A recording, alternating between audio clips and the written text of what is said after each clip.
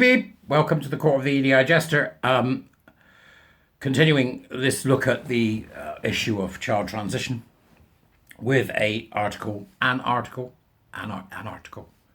from fairettdisputations.org. But before I do, we are so close to Christmas now, folks.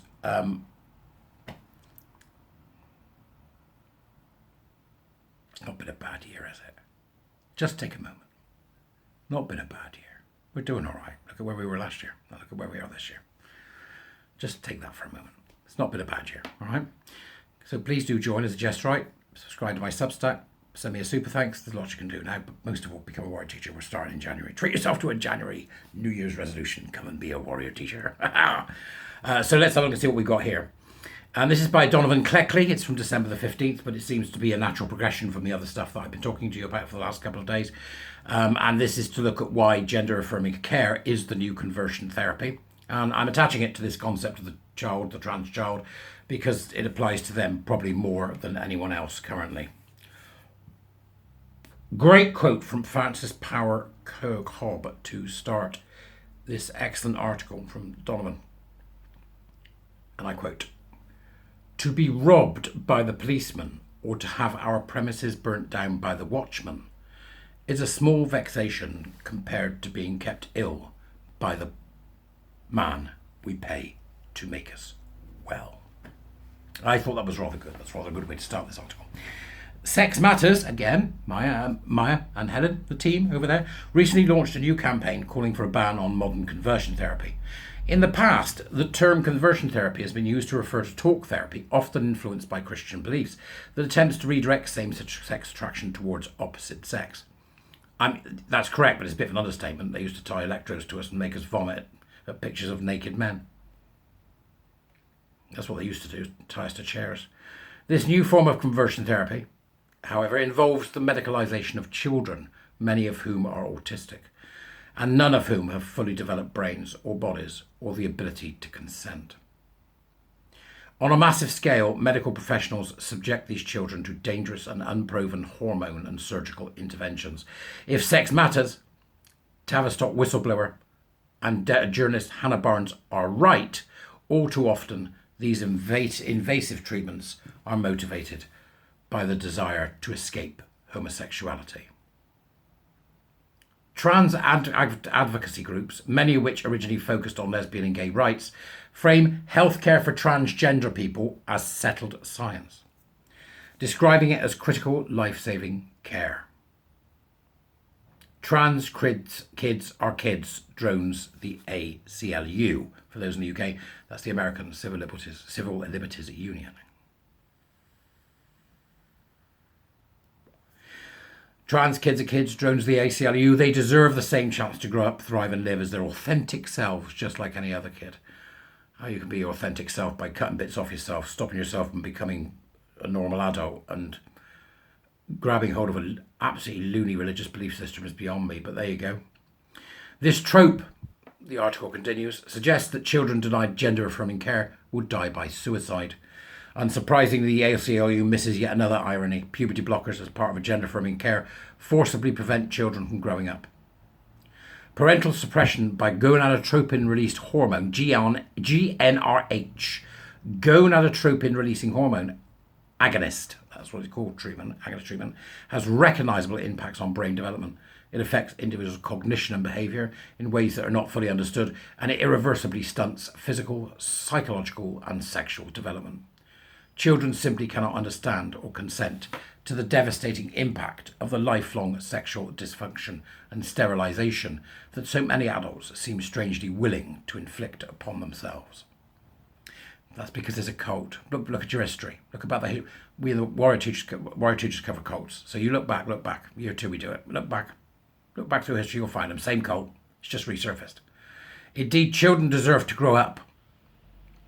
But gender-affirming care intervenes to prevent this growth for ideological reasons. Ironically, within this worldview, the authentic self cannot be produced without medical interventions to achieve the desired aesthetic outcome. Gender-affirming care brands new natural puberty as pathological, presenting the child's healthy reproductive maturation as a disease to be treated. Such treatment, or rather mistreatment, leaves the child with a variety of deeper health issues that cannot possibly be outweighed by superficial, transitory benefits. Proponents of gender-affirming care claim that any hesitation regarding its application to minors constitutes a human rights violation. Understanding how it functions as a modern conversion therapy helps us to see the truth. It is just the latest form of medicalized dehumanization. Many medical interventions have long been used to suppress homosexuality. Psychosurgery, testicle implants, aversion therapy, electroconvulsive therapy, and yes, hormone therapy. Medical authorities have presented all of these as legitimate treatment for homosexuality. We should not be seduced by the new affirmative trappings of today's conversion therapy. A look back at the history of these hormonal and surgical treatments reveals how these practices fed upon and exacerbated the self-hatred of lesbians and gay men. Subtitle: Homosexuality as Sickness, Sect Conversion as Cure. Consider the case of George or Christine Jorgensen, 1926 to 1989, the man who made sex change into a household term, referencing sexologist Ray Blanchard's topology of male gender dysphoria. Sheila Jeffries describes Jorgensen as belonging to the group of homosexual men who felt unable to love men while remaining in a male body. Yet most contemporary accounts written about Jorgensen minimise his self-hatred and his terror at the idea of being homosexual. In his autobiography, Jorgensen lists his problems as he saw them. And I quote, "But just what were those problems? I restated them squarely to myself. I was underdeveloped physically and sexually. I was extremely effeminate. My emotions were either those of a woman or a homosexual. I believe my thoughts and responses were more other-womanly than manly. More often womanly than manly. But at that point, I was completely unaware of the many variations and combinations of masculinity and femininity, aside from homosexuality, that existed side by side in the world." From a young age, Jorgensen noticed he was not like other boys because he was neither conventionally masculine nor sexually attracted to women. He became deeply conscious of his difference from other men. In an attempt to find a sense of belonging, Jorgensen joined the US Army. There he encountered practicing homosexual men deemed to be queers. They were what he would never allow himself to be. Jorgensen wrote, "I couldn't condemn them, but I also knew that I certainly couldn't be like them. It was a thing deeply alien to my religious attitudes and the highly magnified and immature moralistic views that I entertained at the time. Furthermore, I had seen enough to know that homosexuality brought with it social segregation and ostracism that I couldn't add to my own deep feeling of not belonging." Jorgensen's struggle was one of self-acceptance, which he resolved by seeing himself as a woman instead. Acceptance by non-acceptance. In the 1960s, Jorgensen reflected, "I identified myself as female, and consequently my interests in men were normal." Eventually, Jorgensen came to believe that he had some kind of glandular issue, medically treatable by hormone therapy using estrogen. Very conveniently, this case served to advance the studies of endocrinologist and sexologist Harry Benjamin, author of the influential 1966 book, The Transsexual Phenomenon.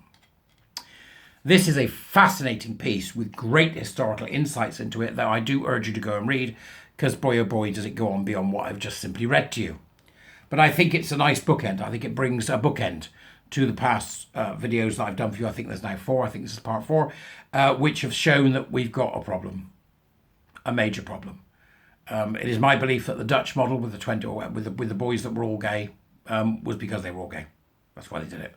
I think trans, no matter what you call it, gender affirming, my bum, I don't care. All of it is steeped in homophobia. All needs to end. That's the starting point. It needs to end. It's homophobia, it's hatred of lesbian and gays. That's what it is. But I'll leave that for you to decide. But please do go and read this fascinating article with so many historical references. And I'll see you soon. All right, folks. Bye bye.